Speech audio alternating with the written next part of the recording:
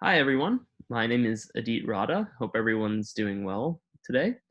So this will be the online version of my MLT talk on overparameterized neural networks implementing associative memory. And this is joint work with professors Caroline Euler and Misha Belkin. Uh, Before going to the brunt of our results, I just wanted to give a brief introduction to the type of neural networks that we'll be discussing in this work today. And this will primarily be an autoencoder.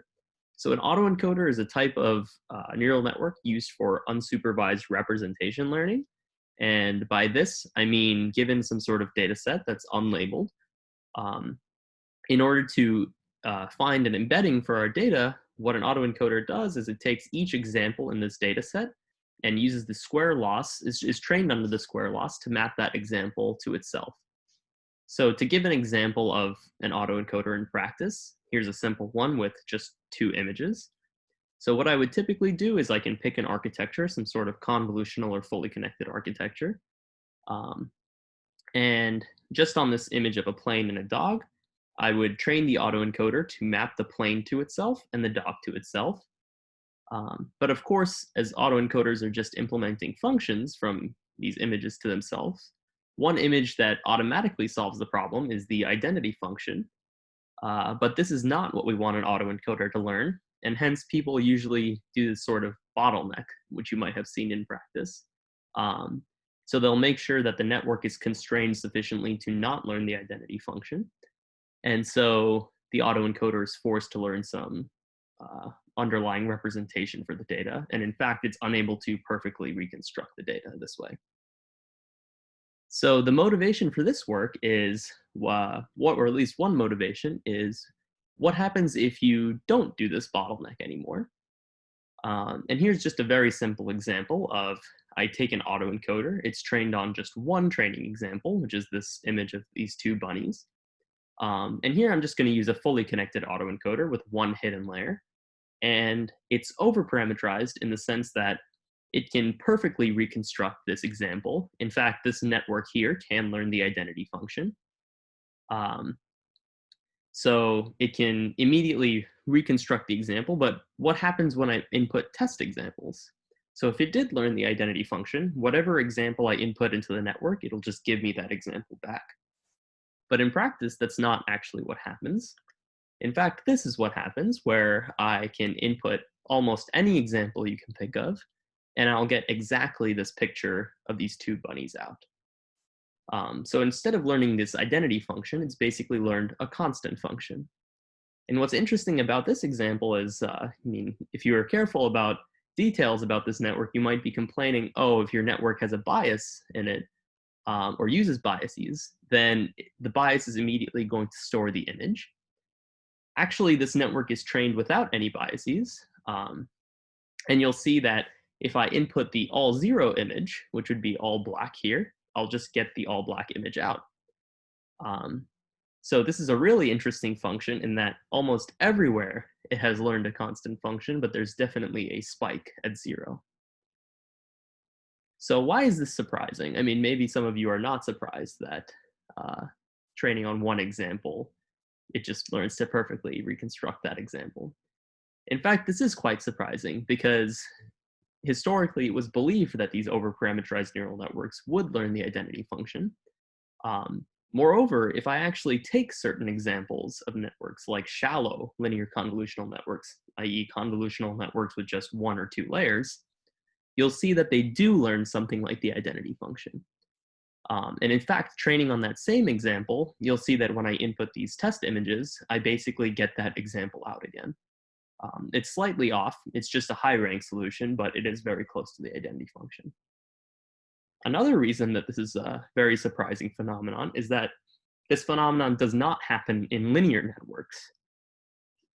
So in linear networks, if I just train on one image, let's say a picture of a dog, I actually learn a projection onto that image. So if I give in any example, I can either get that picture of the dog out or a multiple of the picture of the dog. So here I can actually get the negative. But in the previous example with the bunnies, you saw that you're only ever going to get that constant version of the bunnies out, right? Um, here, even in the linear setting with 2 examples, just to show what this projection looks like more thoroughly, when I train on a dog in a plane, I can either get the dog out, I can get the plane out, or I can get some mixture. So here you have the dog plane image. Great. So now that we've thoroughly established what's happening or why is this surprising with one example, um, what exactly does happen with multiple examples? So here's an example of a convolutional autoencoder. I just trained it on 100 images from ImageNet. It's a deep autoencoder, so when trained on just one image, it has the behavior that you saw in the first set of slides. But what happens now is when I feed in test examples, so these are just training examples corrupted by this white diagonal line. After one iteration, you'll see that the network doesn't really reconstruct the data well, but also it's not exactly outputting one of these images, and it's not really giving you a projection either, like the linear case. But what's interesting about autoencoders is that because they map from a space to itself, I can just take these images here and feed them back into the network. And if I do that, I get this next set of images, and you can kind of see the dog is coming out a bit clearer here, but it's still pretty blurry. But if I keep iterating this until this iteration converges, you'll see that I actually exactly reconstruct the original training examples without noise. So what's happening here from a dynamical systems perspective is that these images have become attractive fixed points of the learned map. And I'll go into this a bit more in detail in a few slides. Okay, so just to go over this a bit more thoroughly, we ran this experiment on 500 examples from ImageNet. This is 64 by 64 resolution images. And what we did is we found that all 500 examples are attractors. And in fact, if I just take any of those examples, corrupt it with some amount of noise, you'll see that iteration actually leads to a perfect recovery of that example. Of course, if you corrupt with enough noise, there's no guarantee that you will recover that example exactly, but as you can see, the phenomenon is quite robust. Okay, so an interesting question then is if these over-parameterized autoencoders are storing training examples as attractors, what do the Basins of attraction look like? So in the previous slide, how much noise basically can I add to a given image before it does not go to the original training example anymore? It could go to some other training example.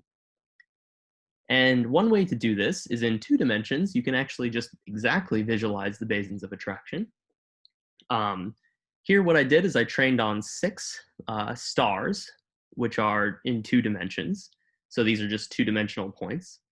And I auto-encoded them perfectly, so they're all reconstructed exactly. And then what I did is I just took 10,000 points in the grid around these 6 examples, and I iterated those points through the network until that iteration converged.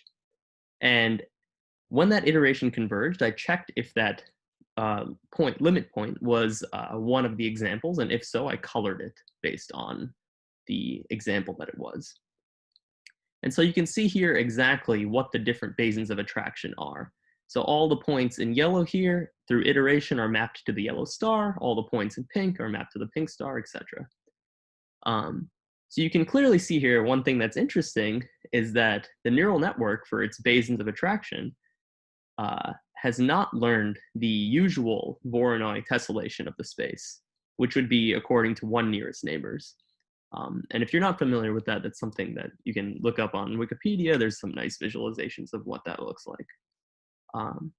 So an interesting open problem still actually is understanding how the nonlinearity of a neural network or even the architecture actually impacts this metric learned to separate the examples in this space. So of course this is in 2 dimensions, so it's nice that we can actually visualize where all these points in the space actually converge to via iteration.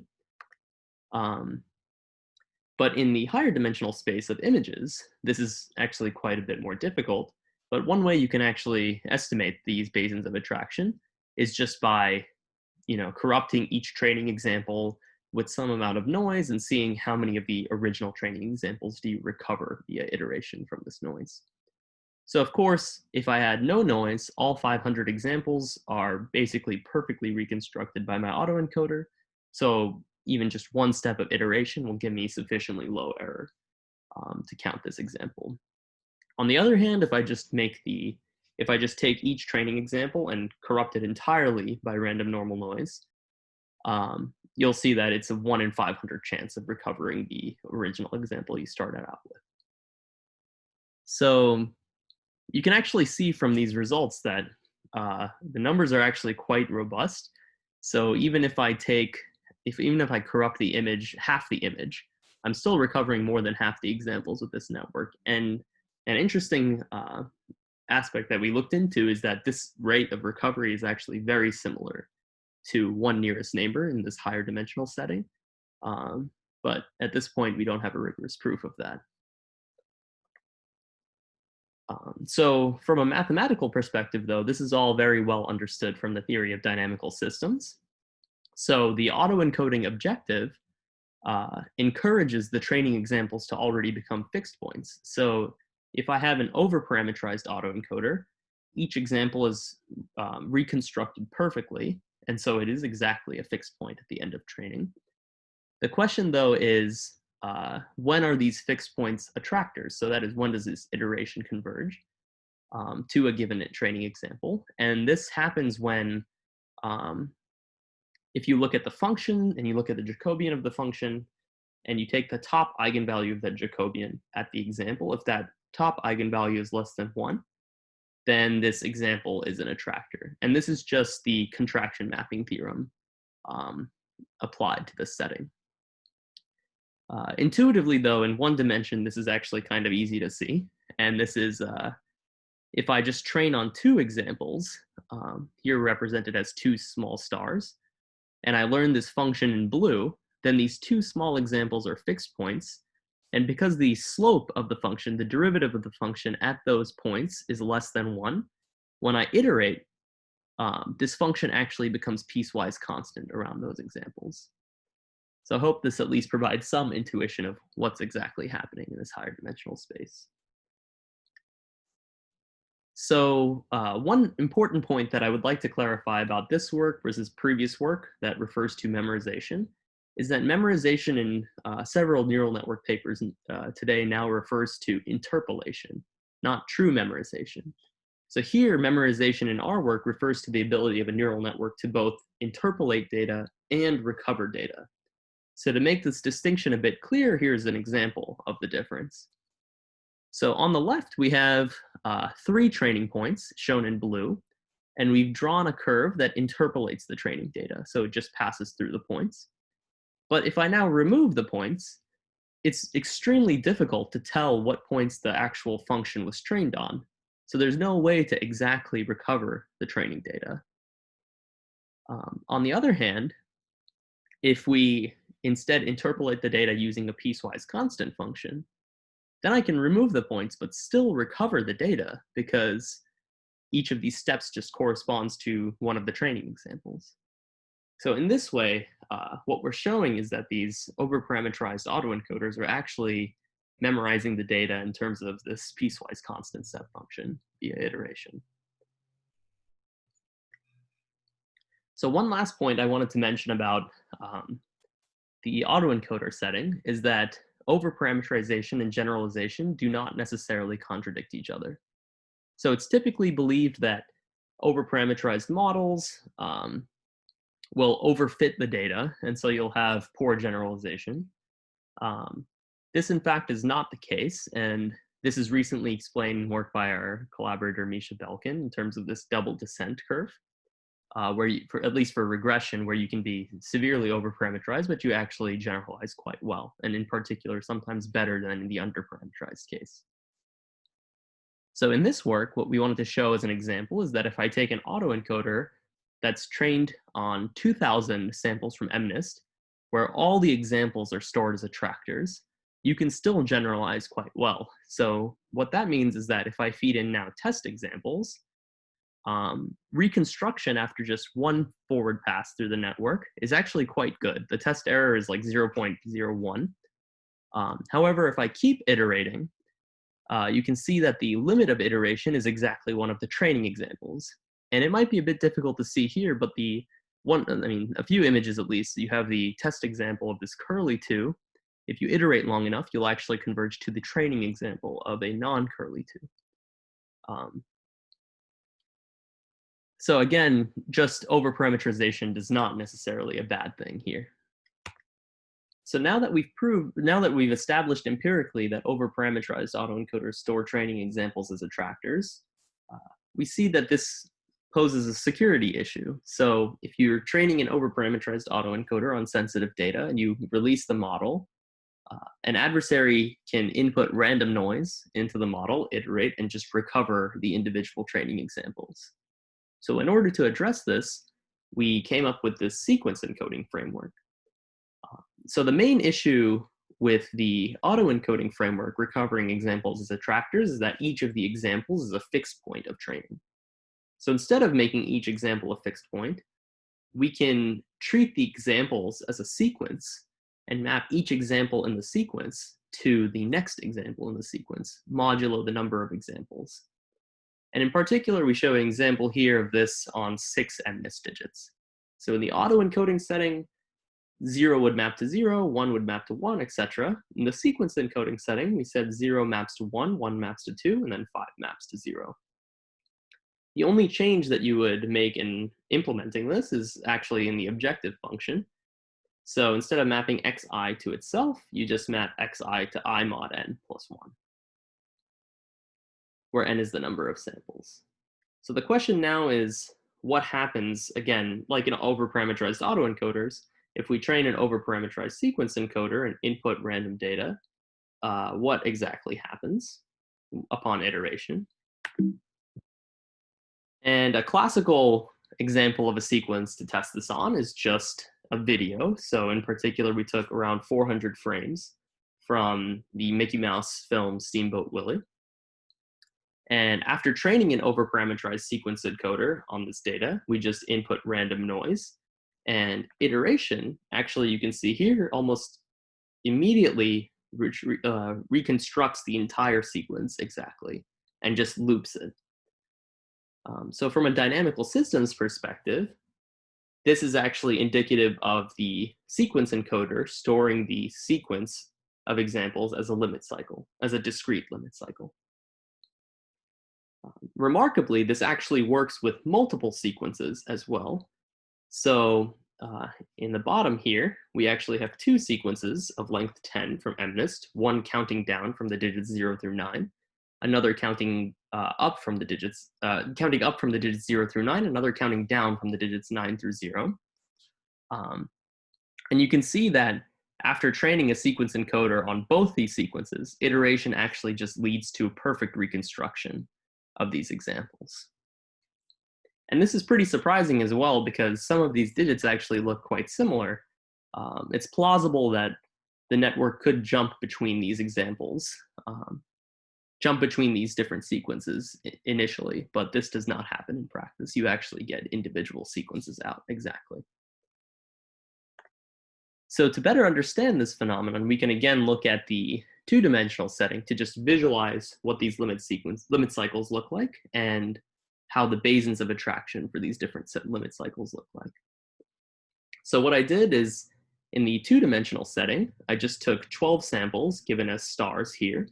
I grouped them into 4 sets of 3 and formed cycles for each of those 3 examples. So in this case, in the upper left, you have 3 red stars corresponding to some cycle. So now what we can do is again sample 10,000 points in a grid around these training examples, iterate them through the neural network, and see where each of those, which cycle each of those points ends up in, and color the space based on this process. And you can actually see that there are nice divisions forming Basins of attraction in this space. In the middle figure here, it's actually a simulation of iterating random points shown in black through the network. And you can see that each of these points almost immediately goes to one of these cycles. And in fact, if I continue this simulation, you'll see that all of the points exactly go to the cycles corresponding to the stars. So now there appears to be consistent phenomenon for both over-parameterized autoencoders and sequence encoders. A question is, can we actually prove that this happens using theory? So just in a simple setting, we can consider the case of just one training example, or one pair of examples, x comma y, trained using a simple neural network, in this case, one hidden layer. But you can also consider a deeper neural network as well. When training using the square loss, it turns out that you can actually construct a closed form solution when you train on this given pair. So that is, you can find exact values of W1 and W2 after training based on a gradient flow analysis. And the nice thing is that if you're able to solve for W1 and W2 after training, you can exactly verify the attractor condition for an over-parameterized autoencoder to see that if I train on a pair x1, x1, where x1 is mapped to itself, does that example actually become an attractor after training? And it turns out that for almost any nonlinearity, any smooth nonlinearity that we considered, we were able to show that indeed one training example is stored as an attractor after training. What's more interesting, actually, is that this general framework of mapping between an example x1, y1 actually allows us to prove something interesting about sequence encoders, namely that sequence encoding is more efficient than autoencoding. And what we mean by this is that if you have a set of, let's say, n examples, it's actually easier for a sequence encoder to memorize all n examples as a sequence than it is for an autoencoder to memorize each of those individual examples individually. So one way to prove this, or at least a version of this, is to consider autoencoding n examples as taking n different architectures, or n different networks with the same architecture, and actually showing that after training, the eigenvalue of the Jacobian at that example is less than 1. And that eigenvalue has to be less than 1 for each of these n different networks. Whereas in sequence encoding, you can just say each example maps to the next. You have a closed form solution for each of these networks given by the theory in the previous slide. And it turns out that you just need the eigenvalue of the composition, of the Jacobian of the composition of these maps to be less than 1. And this actually corresponds to the product of these different eigenvalues above being less than 1. So as it's much easier for a product of numbers to be less than 1 than for each individual number to be less than 1, it's actually the case that sequence encoding is more efficient than autoencoding, which is kind of a neat phenomenon because even in human memory, it's easier for us to memorize sequences of patterns than individual patterns. And of course, we tested this empirically in practice using a slightly different setting. So in theory, we had to use these n different networks for n different examples. In practice, you can just use one network. And it turns out if you just take 100 MNIST examples and you autoencode them, well, you can see from this table, each number in the table represents how many examples are stored as attractors after training. Even with a 31 depth network, so 31 hidden layers and 512 hidden units, it's extremely difficult to get all 100 examples to be attractors.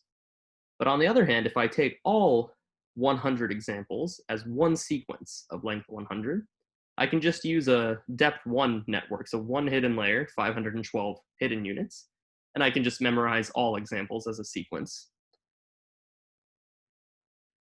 So in that regard, sequence encoding is quite a bit more efficient than autoencoding in terms of memorization and recovery. So as a summary of the results presented thus far, our main finding is that these over-parameterized networks, namely sequence encoders and autoencoders, trained using standard optimization methods, allow us to memorize and retrieve training data or sequences. In particular, we showed that autoencoders are able to store training examples as attractors. Sequence encoders are able to store training sequences as limit cycles. And in fact, we were able to prove in a simple setting that sequences are easier to store and recover than individual examples. I think for future work, it would be very interesting to understand the metric learned by each of these autoencoders and sequence encoders, depending on the nonlinearity. And this again corresponds to those visualizations in 2 dimensions. Um, Another interesting future work would be to actually prove that over-parameterized autoencoders can store multiple examples as attractors, because this is a very robust phenomenon that we have actually seen in practice. But again, that's all the findings we have for now, and thank you very much for your time. Please let me know if you have any questions about this work. Thanks.